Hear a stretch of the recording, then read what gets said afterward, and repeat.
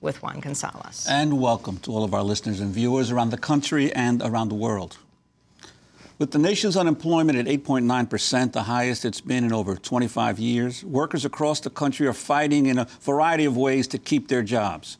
Nearly 1,000 workers at the Chicago-based apparel firm Hart, Schaffner & Marks, or Hart Marks, recently voted to sit in to save their jobs in an effort to prevent Wells Fargo from liquidating the factory. In December, at the Republic Windows and Door factory in Chicago, workers occupied the factory floor after the plant's owners gave employees just 3 days' notice of the plant's closure. The workers ended their 6-day occupation after winning a settlement securing the reopening of the plant under new management.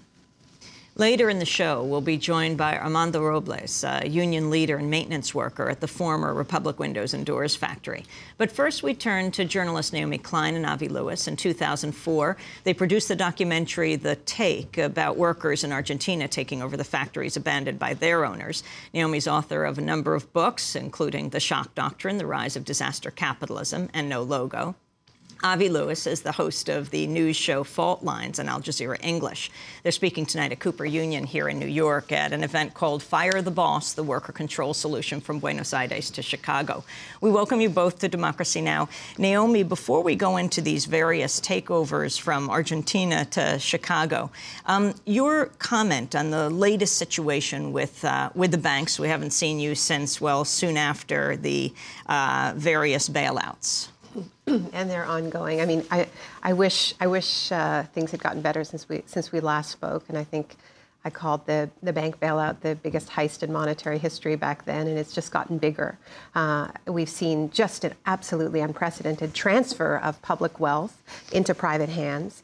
And, you know, what I've been saying from the beginning, I think it's becoming even clearer now, which is that the crisis in the financial sector is not being solved, it's being moved. A private sector crisis is being transformed into a public sector crisis in the sense of the huge deficit that's being left behind because of this bailout, which isn't even doing what it's supposed to be doing in terms of restoring credit and fixing the real economy. So the price of this is, if it isn't fixed, is going to be paid in cutbacks to health care, to Social Security. We haven't felt the full shock yet. And that's my concern. Yes, I'm concerned about what's going on now, but I'm concerned about how this transfer of wealth is going to be paid for down the road in terms of the meager social services that Americans get in exchange for their tax dollars. And yet you're seeing now, at least in the stock market, the bank stocks, as well as some of the others, are at least leveling off, beginning to rise again, even as unemployment continues at record levels, and new people that are thrown out into the street every month. You know, and during the election campaign, you know, I think what Obama articulated so well is the fact that people realize that what's good for Wall Street isn't necessarily good for Main Street. And he said, you know, we've had this top-down approach, giving more and more to the people at the top, waiting for it to trickle down. And he promised that that would change.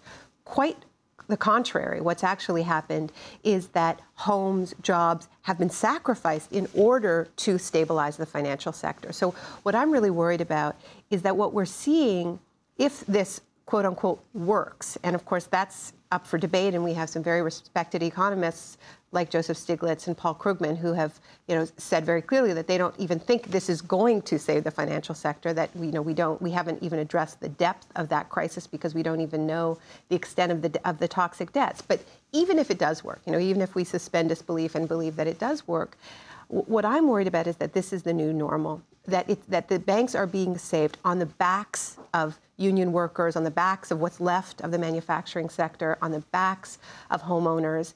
And so what becomes the new normal after the crisis is an even more deeply divided country, an even more deindustrialized country. And that's why we're highlighting tonight in this event that we're doing at Cooper Union and bringing in workers who are on the front lines of this struggle to tell their stories of how they're trying to save their workplaces, is that, you know, we need to address this now because we don't want this to be the new normal. It seems wanted to ask you, because you seem to be focusing more on how workers and ordinary Americans can respond themselves. But we've seen, for instance, the Service Employees International Union, SEIU, launched this huge corporate campaign against Bank of America to get the union and citizen groups to get involved in trying a shareholder revolt to remove Ken Lewis. And I reported to the Daily News that SEIU, while it was doing that, was also increasing the amount of money it personally, the union, was borrowing from Bank of America. Yeah. But this effort to direct the struggle towards shareholder actions rather than actual grassroots organizing in these communities.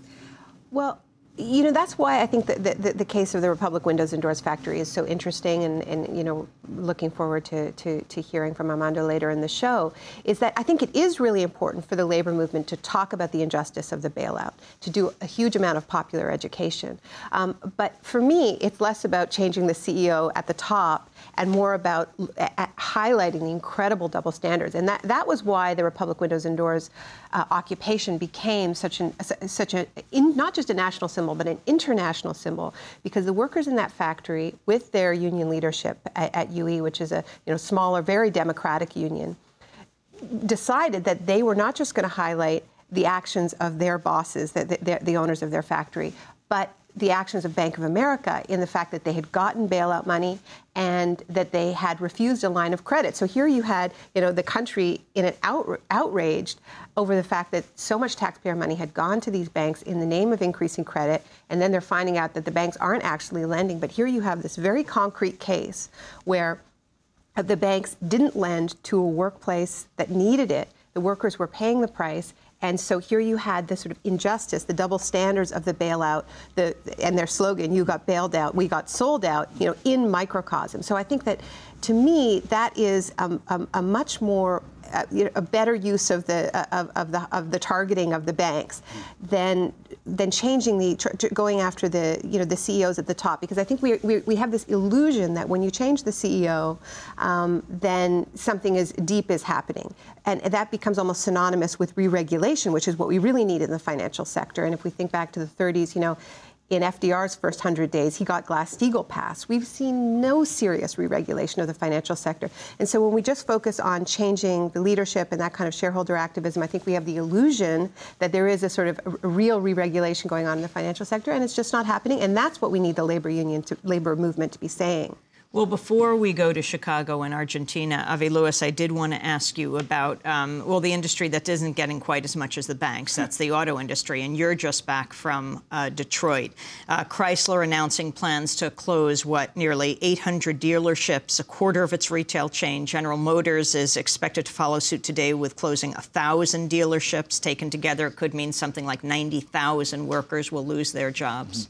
Well, I just spent a week in Detroit doing the latest episode of Fault Lines on the auto crisis and the way it's being experienced on the ground by workers in where the auto sector used to have its home.